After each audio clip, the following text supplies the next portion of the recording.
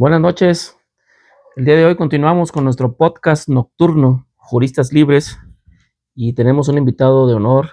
Me siento muy honrado, la verdad, por esta noche, porque contamos con la presencia de un maestro distinguido que, desde luego, además de ser abogado, ha tenido una trayectoria bastante amplia en la vida pública, en la vida social y política de nuestro país.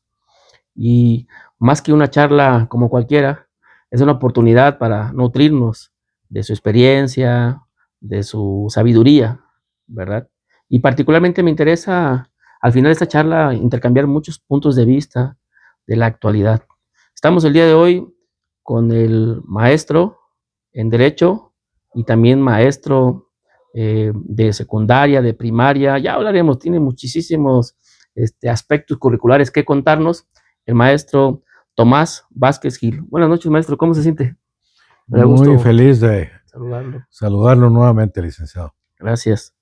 Y aprovecho para contarles, hace ya casi 6 años que tuve el honor y el gusto de conocerlo, gracias a un amigo en común que tenemos por allá en San del Río, y ha sido bastante provechosa esta amistad, pero particularmente, pues, la admiración que le tengo, usted sabe que Gracias, señor. constantemente se Gracias. la reitero. Maestro, empecemos con una frase. Es verdad que uno no es de donde nace, sino donde la hace.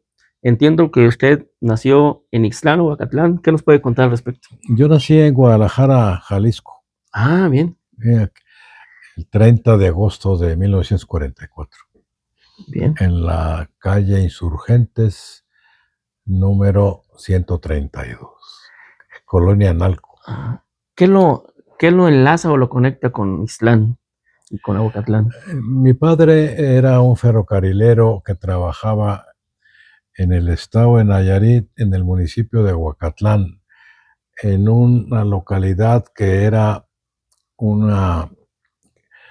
taller, le llamaban Casa Redonda, y ahí se desempeñaba como dirigente de su delegación sindical, pero también como mayordomo de la Casa Redonda. Un mayordomo era el encargado de la administración, organización, control y resultados del taller para arreglar las máquinas de vapor. ¿Su infancia dónde la pasó? Básicamente se llama hoy Valle Verde, antes tenía el nombre de Estación Tetitlán Nayarit, hasta los 11 años de edad. Después me internaron en una escuela normal, la Escuela Normal Rural de Jalisco, Nayarit. De los 11 a los 18 años estuve ahí y salí como profesor de instrucción primaria. Bien. Y a partir de esa época, ¿empezó a ejercer inmediatamente o pasaron otras cosas? No, yo afortunadamente todas las escuelas nómadas rurales tenían los egresados plazas seguras y nos íbamos, como su nombre lo dice, Escuela Normal Rural, nos íbamos a trabajar al medio rural. Yo empecé trabajando, salí en junio y empecé a trabajar en septiembre de 1962 en Sinaloa, en los límites entre Sinaloa y Durango, en el municipio de Mazatlán, los límites en la sierra, porque yo hacía de Mazatlán al lugar donde trabajaba, en partes. Primero salía del camión, un camión tropical, así les llamaban en aquel entonces, que tenía pues básicamente un camión con estacas y un techo, y cuando llovía pues le tenía lonas y las desenvolvían para no mojarse.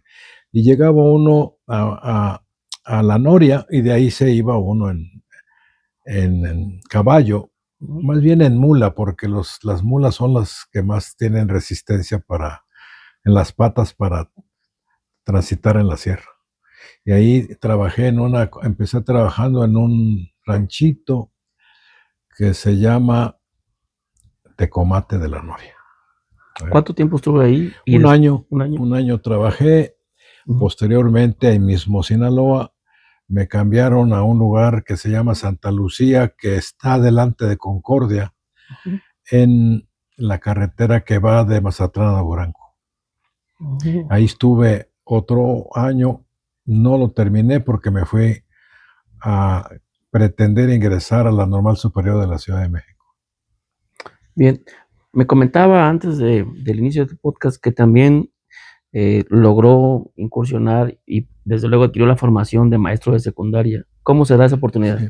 Mire, en la época que yo salí egresado, existía una escuela normal superior en la ciudad de Tepic. ¿Mm? Y los maestros de todo el occidente del país, hablo de pues de muchos estados, desde Michoacán, Jalisco, Nayarit, Sinaloa, Sonora, asistíamos en vacaciones largas, esto es julio y agosto, Mm, a la normal superior en ese espacio. Era cursos intensivos y normalmente, según la especialidad, yo tuve gusto por la matemática y me, este, me, me ingresé, perdón, en, en el, saliendo de la normal en en el segundo periodo de vacaciones. O sea, salgo en 62 y en 63 entro a la normal superior. ujú. Y ahí durante 5 años, julio y agosto. ¿Cuántos años fue maestro?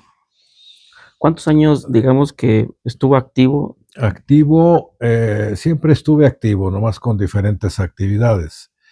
Una, como maestro de primaria fue en 2 etapas. Una Mm, en Sinaloa y la segunda etapa en el estado de Jalisco, porque como le decía anteriormente, intenté ingresar a la Normal Superior de México y desafortunadamente cuando yo hice la solicitud y los trámites ya era fuera de tiempo. Para no perder el año escolar, ingresé a, al Politécnico y fui alumno de la vocacional número 1 ujú. de Ciencias Físico-Matemáticas del Politécnico. Después, por un accidente que tuvo un hermanito que falleció muy jovencito, a los 11 años, me tuve que regresar a la ciudad de Guadalajara y desde ahí volví otra vez a tener actividad profesional y duré como 10 años más o menos en servicio tanto en preescolar como, perdón, tanto en primaria como en secundaria. ¿Cómo vivió el movimiento del 68? Desde luego no se incursionó, ¿verdad? Pero ¿cómo lo vivió usted? Lo viví a partir de mi inquietud desde la Escuela Normal Rural de Jalisco fue la participación y obviamente la simpatía por la lucha social. Mm, Eso me dio la oportunidad de ir midiendo los escenarios políticos en aquel entonces, hablo de 1963, 64, 65, era obviamente el escenario mundial mm, bipolar porque era la época de la Guerra Fría, cuando se dio también la invasión de Cuba.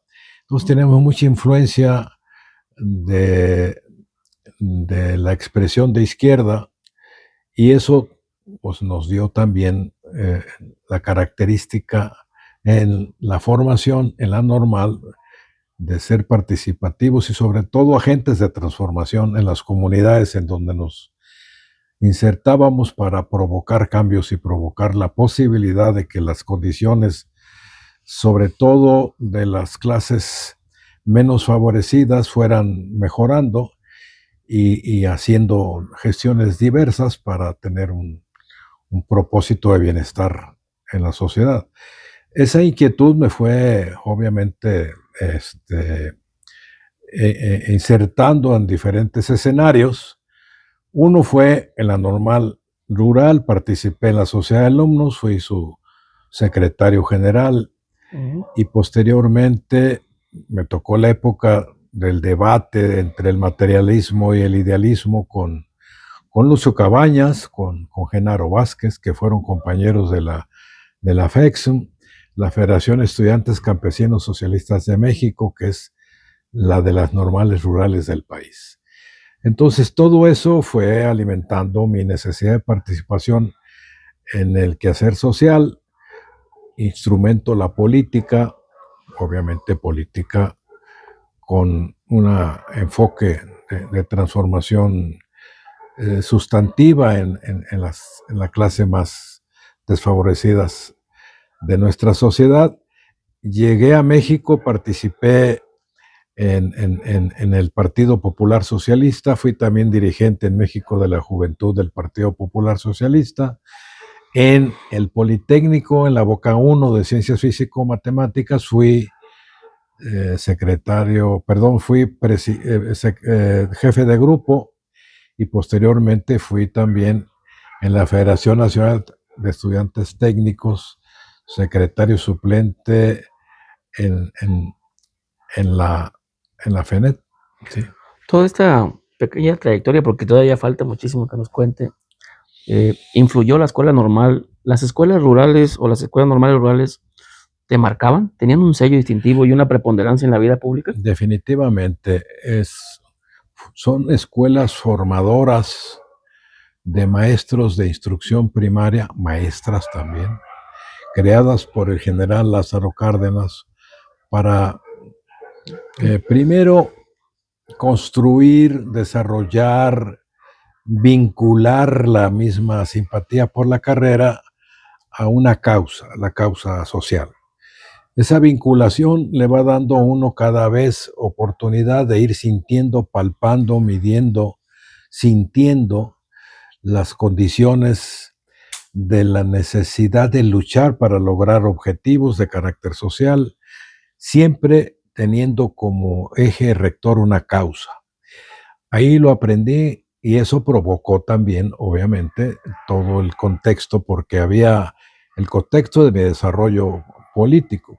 Había en la Escuela Normal Rural de Jalisco talleres de orientación política e ideológica, talleres que se daban de manera, era parte de la currícula de formación, y ahí se analizaban pues todos los elementos que se observaban, que permanecían en el contexto mundial, social mundial y también el nacional, y fijaba uno posiciones de alguna manera vinculadas con la necesidad de transformar y cambiar la sociedad. ¿Qué primera diferencia encuentra usted o ha detectado entre la educación de esos tiempos y la de ahora? Me refiero a la formación de los maestros. Bueno, la formación en una normal rural, cuando yo ingresé, era una formación que tenía fundamentalmente ejes de disciplina, donde los principios eran elemental para poder desarrollarse como alumno de la escuela. El principio de la puntualidad, el principio de la responsabilidad, el principio del desarrollo que una persona que se dedica a la educación, desarrollo del conocimiento para que el instrumento didáctico, la pedagogía fuera la que arropara todo aquello que el contexto requiere para una profesión tan particularmente hermosa, muy, muy, muy estrecha de la sociedad. En aquel entonces era una profesión muy reconocida por la sociedad. Pues el maestro, el señor cura, el médico. Yo tuve oportunidad de tener esos referentes y el estar 7 años en un internado donde tiene que levantarse usted yo era de la banda de guerra, porque pues no soy muy alto de estatura, mis promedios eran buenos, pero no tan buenos como para ser de la escolta, pero no me gustaba ir en la cola me imaginé, pues, cómo le hago para ir adelante de la tropa. Decíamos tropa porque estábamos organizados como un ejército, el pelotón, la sección, la compañía, el sargento, en fin. Entonces entré a la banda de guerra y tenía que levantarme a las 4:30 de la mañana, porque a las 5 de la mañana ya estábamos haciendo el toque de levante, porque de 5 a 6 se tenía uno que formar, pasar lista y aparte eh, hacer el aseo de la escuela y hacer el aseo de su habitación y dejar tendida la cama de la habitación. Ujú. Entonces, todo eso era quien faltaba reglamento, había un número de puntos que se tenían, por decir el 100% al entrar, y si no tenía usted el cumplimiento de una obligación adecuadamente, le quitaban puntos hasta que al final, si no se cumplía, después del 50% era expulsado. Entonces, todo eso fue formando disciplina, fue formando. Yo en lo personal soy muy simpatizante del rigor, del cumplimiento, de la, de la fuerza de voluntad para poder transitar esquemas lo más difíciles que fueran, pero mis elementos de formación fueron el internado y sus circunstancias internas. De esa formación a la de hoy, creo que se ha relajado un poco y bueno, desafortunadamente no es el mismo resultado que se daba en aquel entonces al de hoy. Digo desafortunadamente porque el ingreso para las normales rurales era para hijos de obreros y campesinos. Entonces se fue relajando, bueno, obviamente también maestros, y otras actividades similares. Y se fue relajando, sobre todo se rompió, no se preservó con los mismos cuidados el reglamento interno y aquello fue provocando ya una, eh, una circunstancia diferente. El Estado, cualquier Estado de cualquier país, a través de su educación induce y de cierta manera proyecta un país a los años. Bueno, la educación es el instrumento de libertad, porque los conocimientos provocan el análisis de, de lo político, lo económico, lo social, del conjunto que integra la sociedad.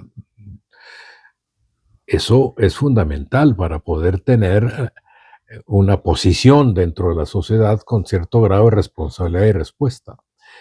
Eso formaba, eso provocaba la educación en las normales rurales, en la normal superior, en toda la educación pública de aquel momento.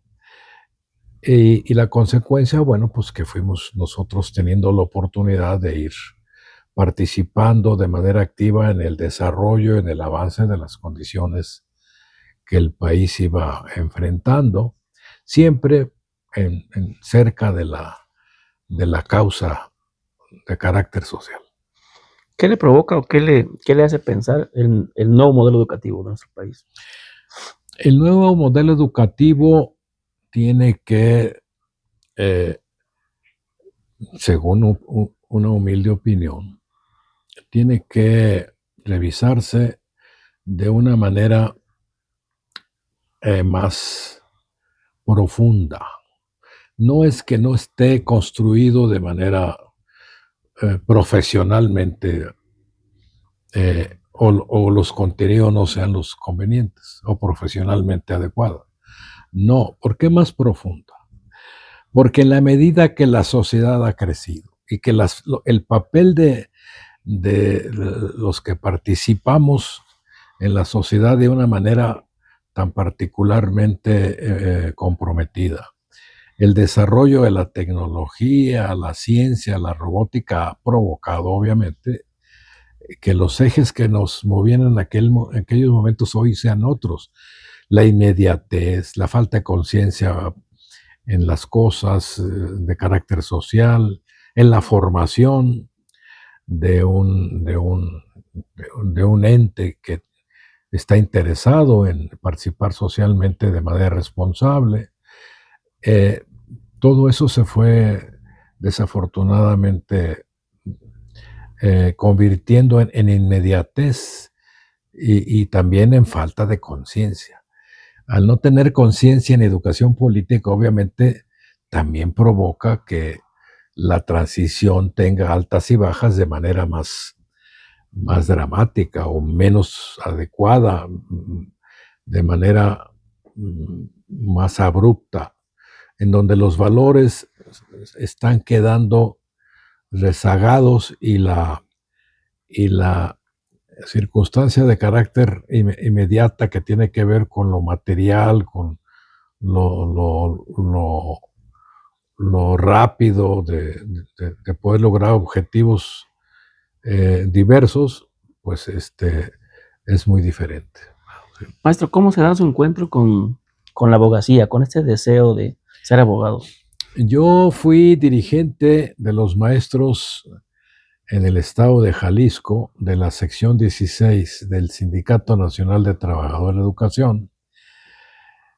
Bueno, yo transité desde las posiciones más modestas, representante de escuela, miembro de un comité delegacional, secretario general de un comité delegacional, presidente de la comisión, una comisión del comité seccional, que era la de promociones económicas. Luego fui secretario de finanzas, luego secretario general de la sección. Luego llegué a ser dirigente nacional. Pero en ese proceso se fue también acompañando todo un conjunto de elementos que fueron fortaleciendo el compromiso, el, el, el estar ahora sí más vinculado al sector del magisterio. Pero más vinculado quiere decir haciendo más sensible mi persona para aquellas complicaciones que se dieron con los maestros y que no podían superarse por los mismos maestros. Acordémonos que el Sindicato Nacional de Trabajadores de la Educación nace por una decisión del gobierno federal. Acordémonos que todo ese conjunto de elementos constitutivos del sistema corporativo en el país pues dan como consecuencia de alguna manera un control que los maestros han respetado hasta el momento, pero que también tienen el peso de la sumisión. Y yo a veces cuestiono cómo puedes enseñar a un maestro libertad, aparte de los conocimientos, si él no es libre. Entonces eso me empezó a mí a generar internamente una serie de inquietudes que me llevaron a dirigir y logramos avances muy importantes. Después de ser secretario general de la sección 16, fui regidor del Ayuntamiento de Guadalajara porque las condiciones lo permitieron, y también fui dirigente secretario de organización del Comité Ejecutivo Nacional. Posteriormente ya fui secretario general del CENTE a nivel nacional. Y para todo este andamiaje, ¿creyó necesario incursionar en la abogacía? Sí, la referencia a la pregunta se me pasó, discúlpeme, pero sí, yo necesitaba tener más elementos en qué basarme, en qué recrear mi imaginación que tuviera como propósito una mejor preparación para planteamientos que el magisterio en aquel momento que requería de soluciones. Y entré a la preparatoria de la Universidad de Guadalajara nocturna, porque yo era dirigente y era también estudiante de la prepa. No me revalidaron los estudios de la Normal Superior de Nayarit, era muy rígido en aquel entonces, no era flexible el conjunto de elementos que constituían la posibilidad de revalidación.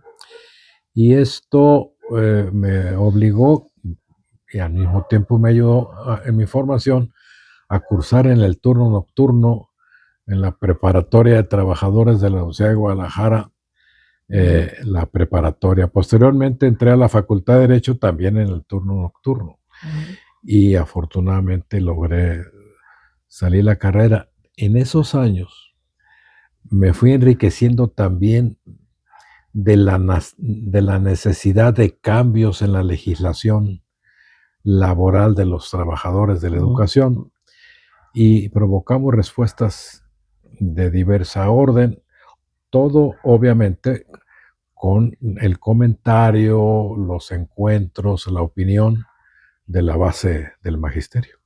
Tengo entendido que en algunos periodos fue representante en el Congreso de la Unión. ¿Cómo se da esta oportunidad de ser legislador y qué cargos ocupó? ¿Diputado y senador o solo senador?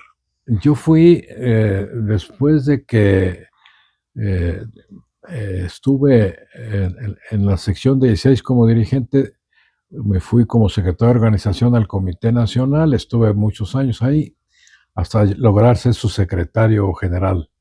Estuve recorriendo el país todos esos años como representante del sindicato en diversas entidades de la República, la negociación con los gobiernos locales y todo un conjunto de procesos de carácter sindical que tenía que ver con la lucha sindical. Terminé esa etapa y luego fui electo secretario general del CENTE en un congreso en Mérida en el año 98. Y de ahí, en el año 2000, se me dio la oportunidad de ser senador de la República. Y del año 2000 al 2006 fui senador. Nunca fui diputado federal. Entonces fue secretario general del sindicato en la época cedillista y senador en el sexenio de Fox. Terminó mi gestión 98-2000, o sea, cuando terminaba el licenciado Cedillo como presidente de la República y entraba Vicente Fox. Sí. Al entrar Vicente Fox, yo salgo del CENTE. El licenciado Cedillo salió en el último de noviembre, yo salí el 15 de diciembre, pero ya era senador de la República.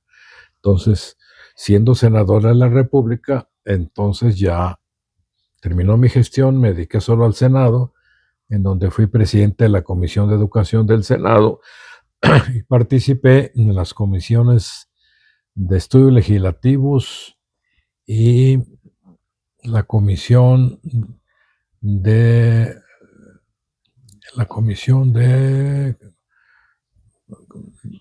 análisis constitucional, si mal no recuerdo. Sí. Sí. Okay. Entonces, en aquella ocasión seguramente le tocó conocer al que era senador Navarro y ahora gobernador de Nayarit. Sí, fue mi compañero. Fue mi compañero, el coordinador del grupo parlamentario, yo era del PRI.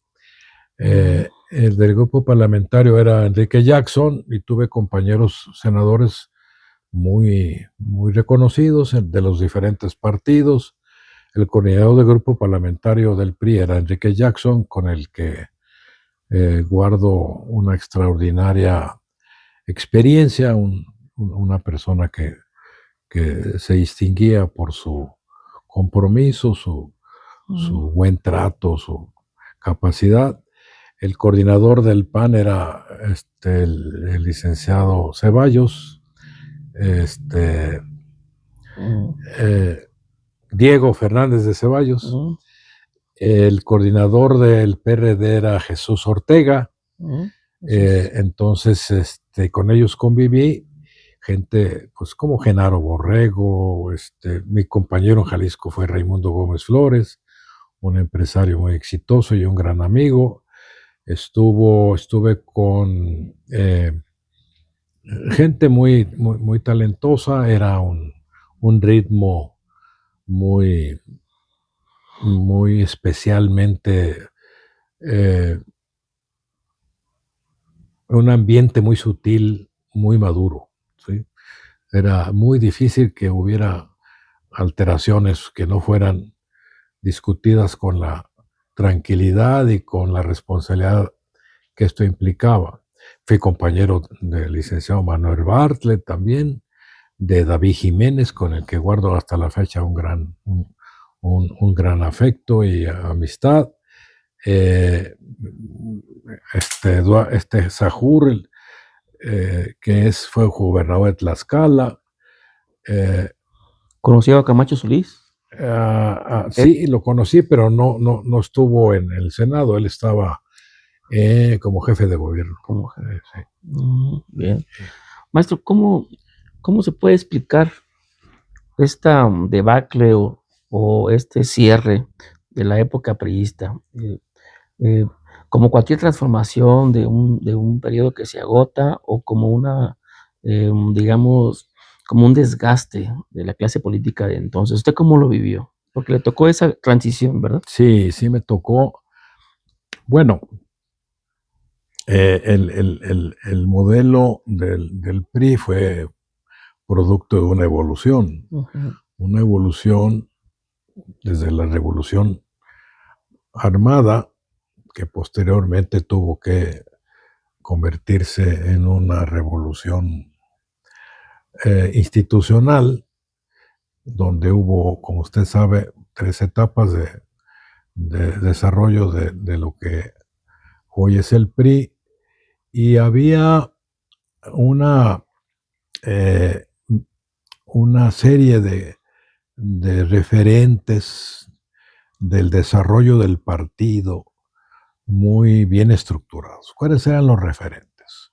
Hoy lo que vemos es que los candidatos de un partido no necesariamente la sociedad los ve como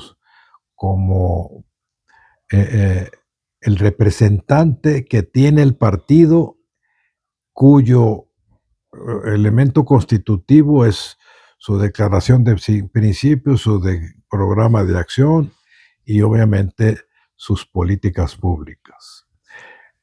No era ese conjunto. Digo, no, era ese conjunto, hoy ya no. Hoy unos zapatos de color diferente son la referencia. Entonces, en ese proceso sí ha habido un cambio sustancial. Yo creo que sí, provocado por la sociedad misma, el Partido Revolucionario Institucional tuvo en su momento la integración de posiciones de izquierda, de centro y de derecha. Entonces, se daba una combinación donde se expresaban de alguna manera las diferentes condiciones de la sociedad o clases sociales, y había un estado, como decía el escritor, que provocaba ¿cómo se llama? La democracia perfecta. No era tal, pero era una organización muy... El PRI tuvo la fortuna, bueno, no la fortuna, tuvo los dirigentes necesarios, con mucha imaginación y formación. Reyes Heroles para mí era una referencia. Después fue mi referencia Lombardo Toledano, un gran pensador de izquierda. Algunos lo cuestionan que no era tanto de izquierda, yo creo que sí. Entonces, fue un partido que formó, que desarrolló y que desafortunadamente no pudo sostener pues una consecuencia que estuviera identificando por los líderes los cambios que el país fue enfrentando. Entonces, pues eso provocó y ha provocado una serie de condiciones diferentes que hoy pues, lo tiene muy mermado. O sea, no era un partido cualquiera, un partido muy bien organizado, con liderazgos con visión de Estado, con sus particularidades y características, porque no era necesariamente un modelo que que la sociedad, en la sociedad se reflejara como peso y contrapeso. Y eso también, bueno, pues, provocó deterioro de muchas maneras. Y el desarrollo también de las responsabilidades al frente de gobierno que no se cumplimentaron como se ofrecían, ¿verdad? Y la transformación también fue acompañada de corrupción y de apetitos desbordados que se fueron, se fueron desdibujando como referentes, como causa para provocar un determinado orden y camino en el desarrollo del quehacer político. ¿Cómo se identifica ideológicamente hoy, maestro? Si hoy le preguntaran esto, ¿cómo se identifica el día de hoy? Yo siempre me he identificado con la izquierda. Hay muchas izquierdas. Yo diría que soy una persona que hasta la fecha sigo pensando como el internado me formó. En beneficio de las mayorías, simpatizante de los gobiernos que ejercen cambios a favor de las mayorías y que hacen que la justicia cada día sea un referente importante para quien no tiene la posibilidad de ascenso social o que es objeto de injusticia. Mi posición es progresista, fundamentalmente, sí con una especial sentimiento, si se le puede llamar, con un especial respeto, cariño a la clase trabajadora y en especial a los maestros. ¿Comparte visión con Morena?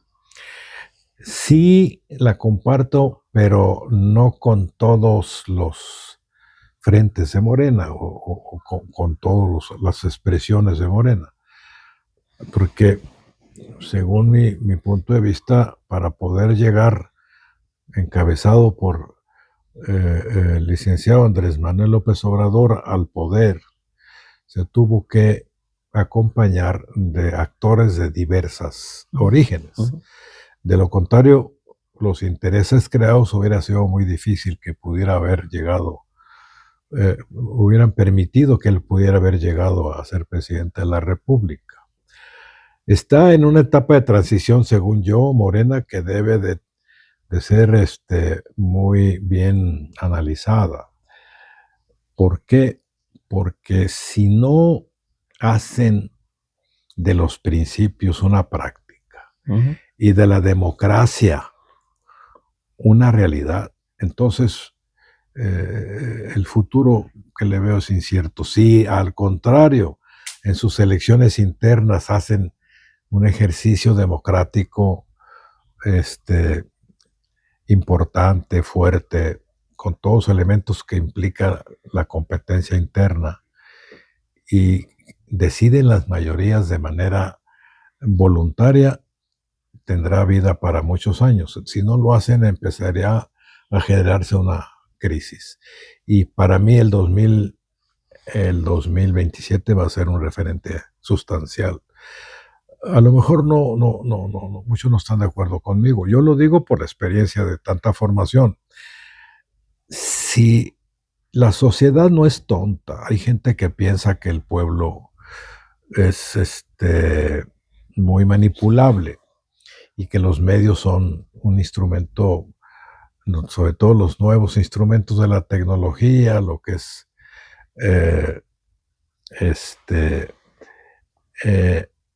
aquellos instrumentos que hacen que la comunicación sea rápida y fluida, pero no generan conciencia. Entonces, todos esos elementos, si no se cuidan, ¿cómo va a ser? Como todo en la vida, en política lo que parece normalmente es. Si parece que es democrático, pero no es, la sociedad lo va a observar.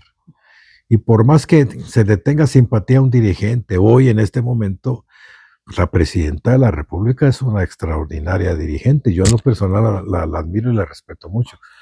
Pero no es ella, es que si el partido no va acompañado de la transformación de lo que el partido Morena quiere representar, pues definitivamente no lo va a representar. ¿Cuánto tiempo va a durar?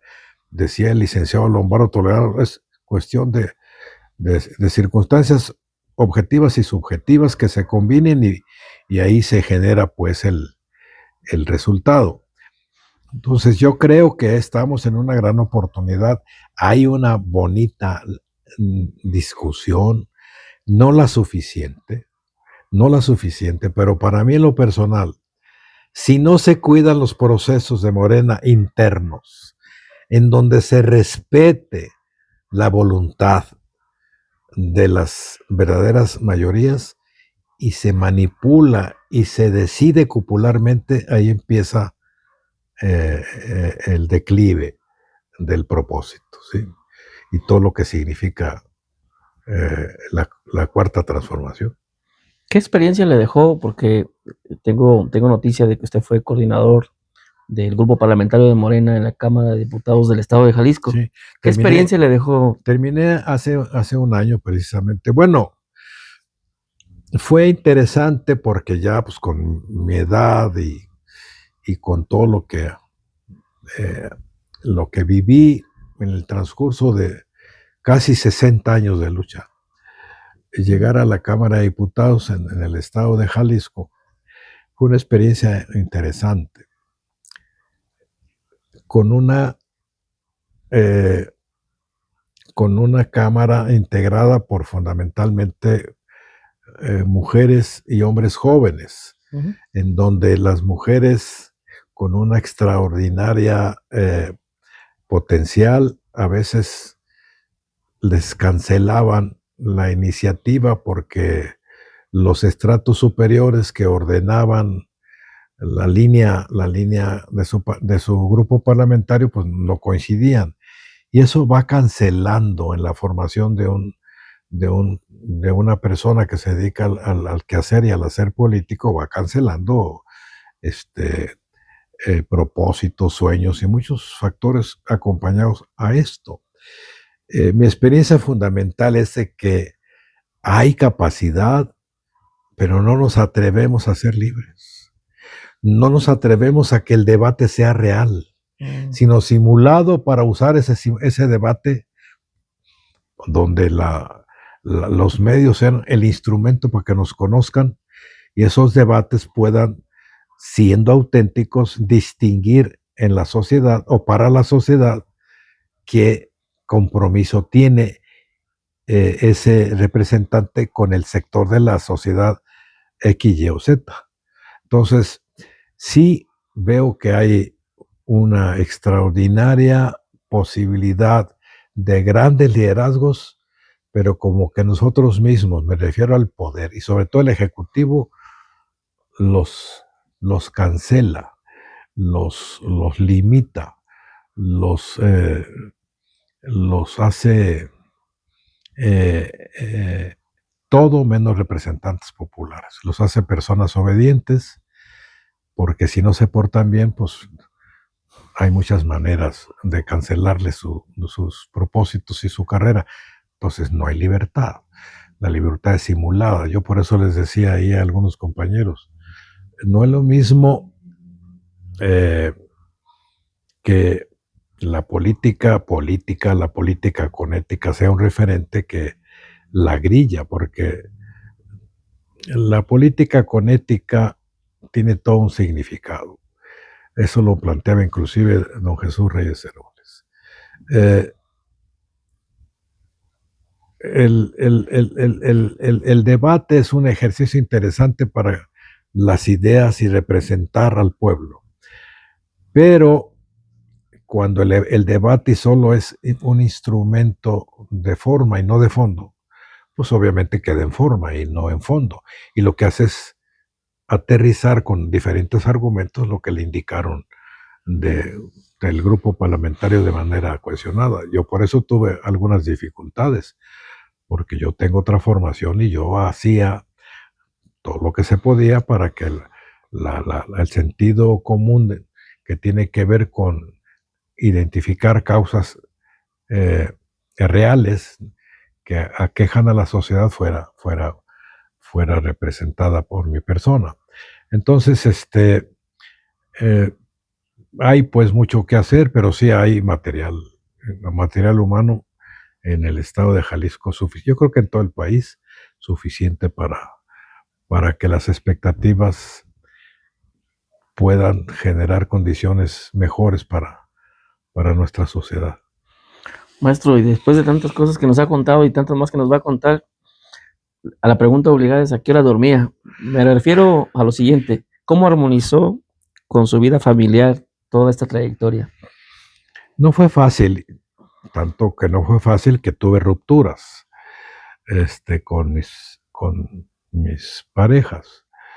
La participación política es muy absorbente, es muy celosa. Y cuando se hace con pasión, cuando se hace con compromiso, cuando se hace con el gusto de servir, porque también para eso se tiene que tener perfil, disfrutar de darle una solución a la sociedad o a la persona que acude a uno con un problema. Parece que todo eso se ha convertido en una condición que se transformó en pura simulación. Es que no es lo mismo la fuerza de la política que la política de la fuerza. No sé si me doy a entender. La fuerza de la política es el acuerdo y sostener el acuerdo. La política de la fuerza es: vas a hacer esto y si no te sanciono. Si la política tiene como instrumento los acuerdos y no se cumplen, pues entonces ¿dónde está la política? Es el autoritarismo, por eso mi preocupación de alguna manera, porque me siento identificado con esas causas, de que Morena no caiga en ese error, el partido, los dirigentes, que provoquen elecciones sanas, democráticamente hablando. Eso va a fortalecer mucho la conciencia política y apegarse a su declaración de principios, a su programa de acción, a su,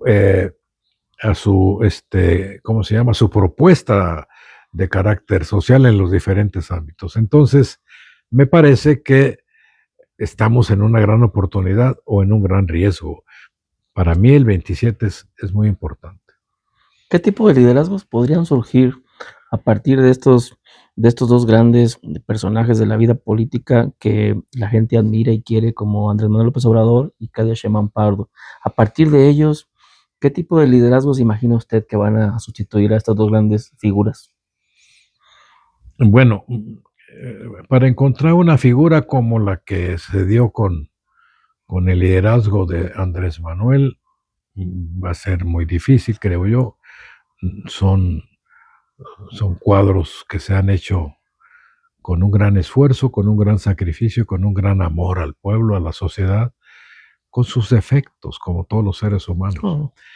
Una dirigente que fue la primera mujer presidenta de un país como el nuestro, tan particularmente constituido, y su política tan machista, ya no tanto afortunadamente. Bueno, pues yo creo que no está tampoco tan fácil. Pero viene las generaciones empujando. Va a depender de lo que decía Vicente Lombrato, las condiciones subjetivas y objetivas. Una formación política en el partido apegada a los principios del partido, y estos tienen que ver con la democracia. No hay otro sistema para poder sustituir la organización de las sociedades para su bienestar. Aunque muchos hablan de democracia, pues no la ejercen. Eso simplemente son declaraciones para que escuchen que son demócratas, pero no lo son. Y no me refiero necesariamente a este país, me refiero a países como el vecino, que todos sabemos todo lo que implica esto. Entonces, me parece que estamos en una gran oportunidad de despegar. Hay cuadros muy valiosos, pero como para decir, tiene que producirlos la misma sociedad, el mismo partido, aquellos que, como algunos dirigentes que los tiene muchos,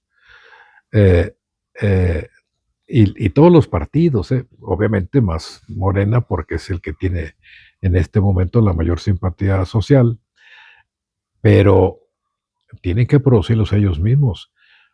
¿Cómo se dio el asunto o la consecuencia de la figura de Andrés? Luchando, participando.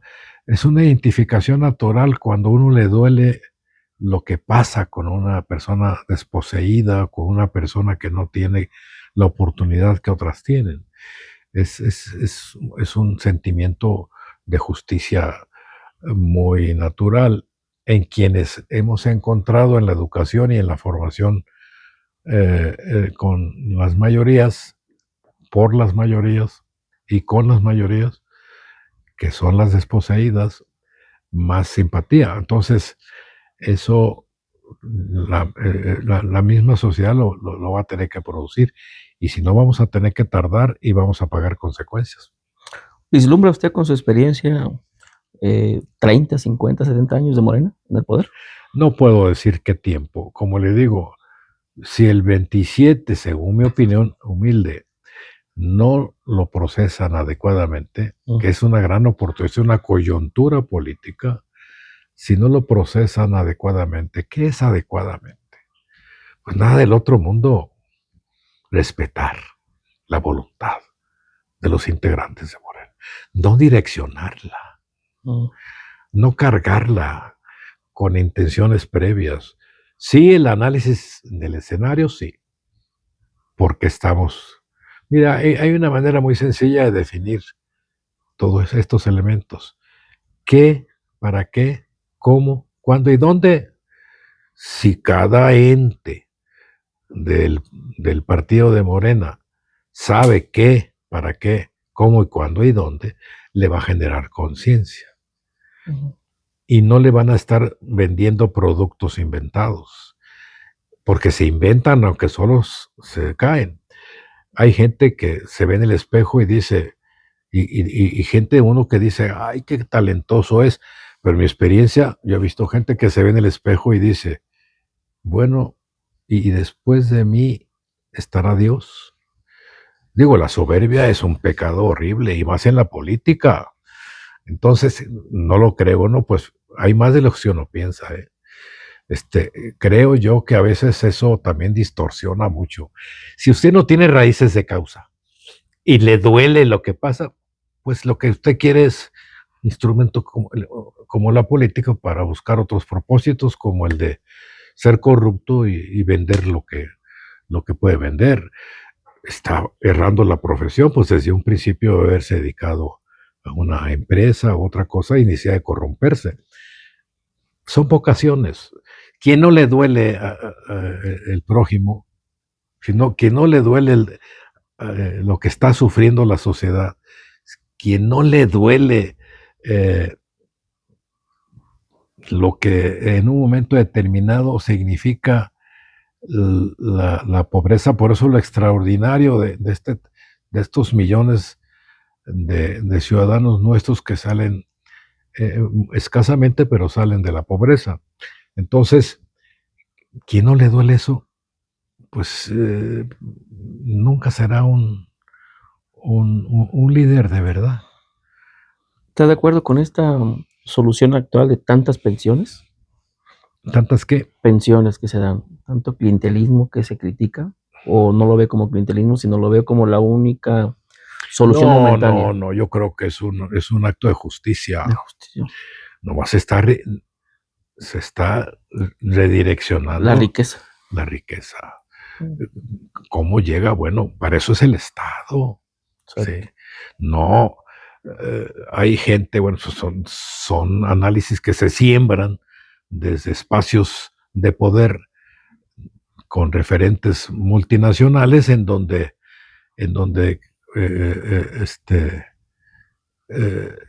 la referencia es la corrupción, el abuso para poder salir adelante, donde el cinismo es la sobrevivencia cotidiana. Todos aquellos elementos que no van de acorde con la evolución de la sociedad. Parece que la sociedad ahora en muchos momentos está regresando a sus estadios más atrasados de evolución. Sí. Entonces, queremos resolver los problemas en lugar de con acuerdos por la fuerza. Y no hay el Estado de Derecho, no sé, sobre todo estados nacionales. Bueno, hasta la concepción del Estado Nacional ha cambiado. Entonces, son sistemas que están controvertidos, que solo se van destruyendo y que quieren preservarlo a través de la fuerza. Pues yo creo que ese es el camino que menos conviene a la sociedad global, ¿no? A las sociedades en su conjunto. Como segunda fuerza política, ¿a quién ve, maestro? ¿Al PAN o Movimiento Ciudadano? En su momento, pues. Segunda fuerza política, no sabemos porque el año que entra va a haber nuevos partidos y se están reacomodando y la gente está observando. Por eso me llama tanto la atención e insisto. He platicado con dirigentes de Morena importantes y les he planteado mi punto de vista. Ojalá que perdure el compromiso de la transformación y no el compromiso individual nada más. Ojalá. Todo el mundo estaríamos menos presionados en todos los campos.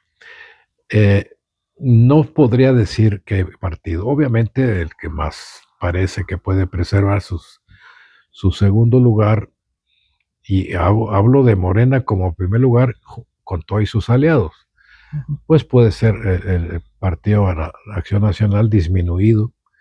El PRI, bueno, pues todos sabemos que está en casi una etapa de terminar su vigencia, su vida como partido político nacional.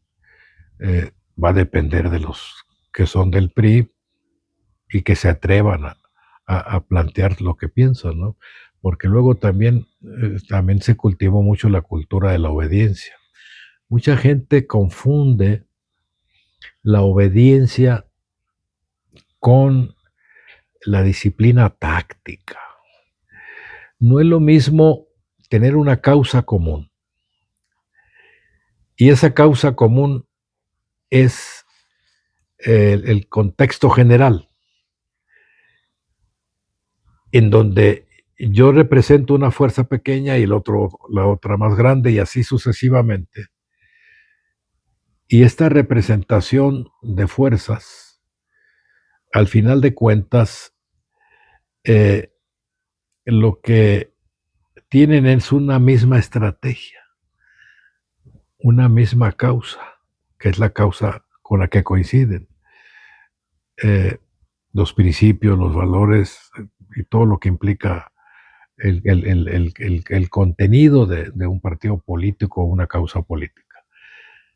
La táctica es, estoy de acuerdo en lo general, en lo particular, en el modo de operar o en la táctica, no estoy de acuerdo, pero me disciplino por la causa, que eso es diferente a que le digan, es por aquí porque yo digo, porque no tienes derecho a pensar, ni tienes derecho a protestar, y yo soy el que decide. Esa distorsión ha hecho mucho daño, ¿sí? Pues esas cosas tan elementales y sencillas, si no se respeta la sociedad, ¿cómo vamos a esperar que la sociedad sea tan estúpida? Digo, me parece hasta grosero el planteamiento, pero la sociedad no es así, ¿sí? Obviamente nos falta mucha educación política, claro, pero para eso están los partidos.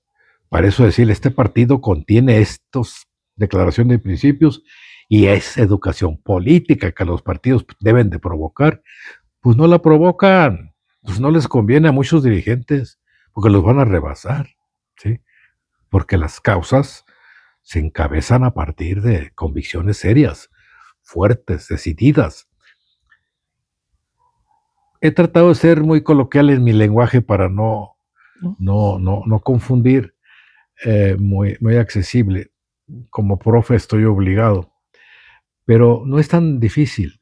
El problema es que muchos creen que que porque han llevado una carrera universitaria, que qué bueno, es suficiente. No, el político o la carrera política o el quehacer político, el real, el que tiene que ver con valores y principios, los que sean, ese es un político que tiene una diferenciación con el que es el que se provoca de manera urgente, o sea, inmediata. ¿Para qué? Para hacerme rico de la noche a la mañana. Y está asociado a la representación popular o la representación de una masa. Es un privilegio para servir. Ah, no, es al revés ahora la interpretación. ¿Cómo llego a determinada representación pues para ya no tener tanta urgencia en las cosas que necesito?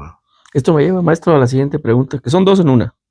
Para el neófito, el novato en política y que es un aspirante, seguramente se pregunta uno, ¿el político nace o se hace? Y dos, ¿cuáles serían los elementos básicos para la formación política? A ver, el político nace y se hace. Hay algunos que tenemos referencias familiares importantes. Ese fue mi caso. Mi abuelo fue dirigente agrario en Nayarit. Mi padre fue dirigente ferrocarrilero. Les gustaba la lucha de carácter social y eso yo lo fortalecí mucho en el internado. Entonces, la inclinación la traía. Soy el único de mis hermanos que le dio por esta actividad. Todos son exitosos en sus profesiones. Pero no les gustó. Nada más a mí. Éramos 5. Hoy quedamos 4. Entonces, igual mis hijos, tengo 6 hijos, y ninguno les gusta La política. La actividad política. Bueno, la actividad política todo el mundo la practica. Hay política religiosa, hay política social, hay política familiar, en fin. ¿Cómo definiría yo la política? La capacidad de conjugar voluntades en un sentido. Esa capacidad, ¿cómo se provoca? Con argumentos, con acuerdos, con análisis, con una serie de ritmos, con una serie de sensibilizaciones. La conducción no es una materia que se aprende en la escuela, en la facultad. O sea, la conducción es un instrumento que se va construyendo. Por eso digo que el político nace y se hace, las dos cosas. Ahora, no cualquiera le queda. Seguramente. No. Tampoco es fácil, es muy complicado porque estamos sujetos a emociones altas y bajas. Hay algunos que no pueden vivir sin el escenario o sin el teléfono, o sea, teléfono que lo está viendo y lo está grabando. Entonces, pero hay otros que sí, que vemos que es el instrumento para darse a conocer y conocer planteamientos. Entonces, cuando no va vinculado eso, pues como todo en la vida, si no está bien amarrado, bien sustentado, pues, se acaba. No se desarrolla o queda trunco. Así también veo yo al ente político, ¿sí? Según mi experiencia. Bueno, amigo, vamos entrando en la recta final de este podcast y vamos a obligadamente a plantear tres grandes interrogantes que nos despierta escuchar la trayectoria de tan distinguido maestro. En principio, maestro, ¿está satisfecho con su vida? Sí, no estoy satisfecho como la decidí. Desafortunadamente, la adversidad a veces provoca decisiones rápidas equivocadas. Sí. Pero siempre fue con el mejor propósito de crear condiciones con un código mínimo de ética y siempre congruente. Yo tengo más que inclinación por el quehacer político, que sí la tengo, pero más que eso, tengo herramientas que tuve en mi familia, en mi casa con mis padres y en la normal, en el internado. Yo nunca he podido transigir con mi dignidad y he tenido problemas de todo tipo. Ha sido muy difícil mi trayectoria en términos de realización, porque eso no lo puedo vencer. Mi dignidad no la puedo. He tenido problemas inimaginables con todos los estratos de poder, porque yo tuve oportunidad de tratar desde presidentes de la República hasta el más humilde trabajador de una escuela. Eh, y nunca tuve compañeros del sindicato como el licenciado Jongitud Barrios, como el Bester Gordillo. Fui compañero de ellos, fueron dirigentes antes que yo, y nunca tuve necesidad de que mi dignidad se transigiera. Sí tuve complicaciones porque no era necesariamente obediente si no estaba yo convencido de las cosas. Disciplinado sí, en una disciplina táctica. No sé si me explico. Consciente de que tenía que... En política dicen que hay 3 P que no pueden evitarse practicar. La paciencia, la prudencia y la pertinencia. Unos los dicen de otra manera, pero son las 3 P de la política.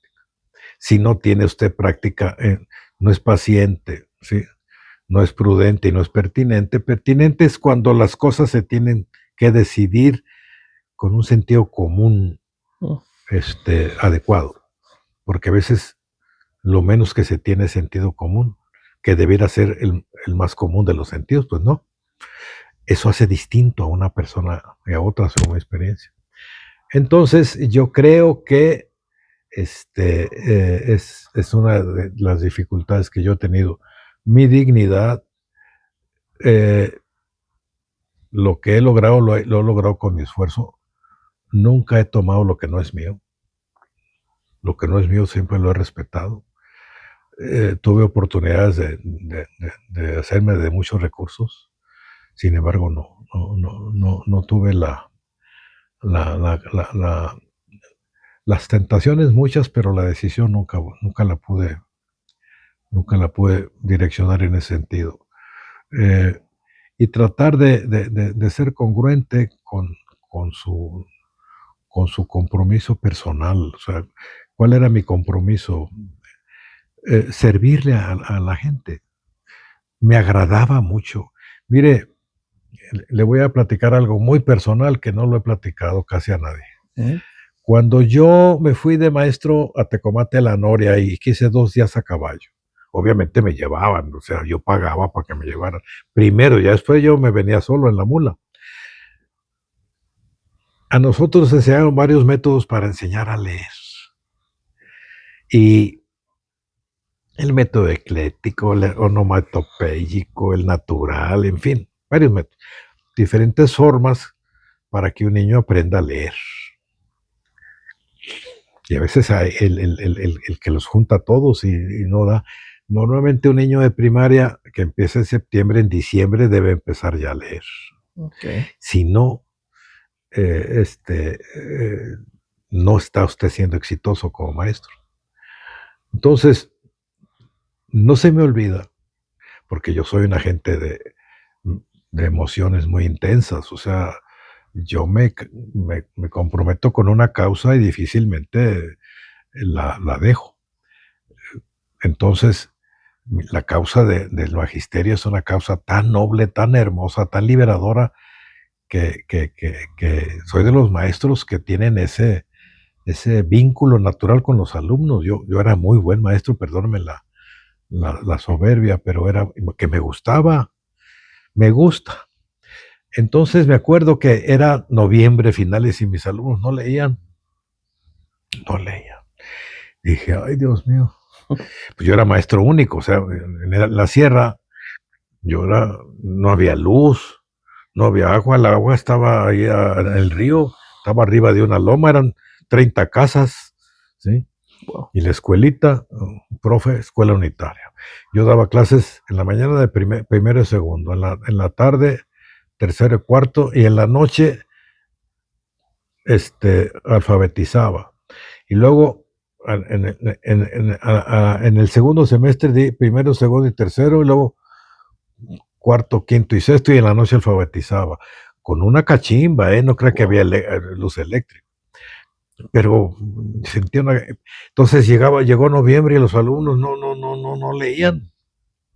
Y yo los veía con su carita las niñas, los niños tan inocentes. Y dije, Dios mío, ayúdame, ¿no? Entonces, cuando empezaron en diciembre a soltarse, A ver. no me da vergüenza decirlo, me agarré llorando. Sí, claro. ¿Por qué? Porque es la libertad, ¿sí? Pues esa emoción, no todo el mundo la tiene. Hay que sentirla, hay que vivirla, hay que sufrirla, hay que gozarla, ¿sí? Claro. Entonces, todo eso, pues no se da en maceta, ¿sí me explico? Tiene que tener usted su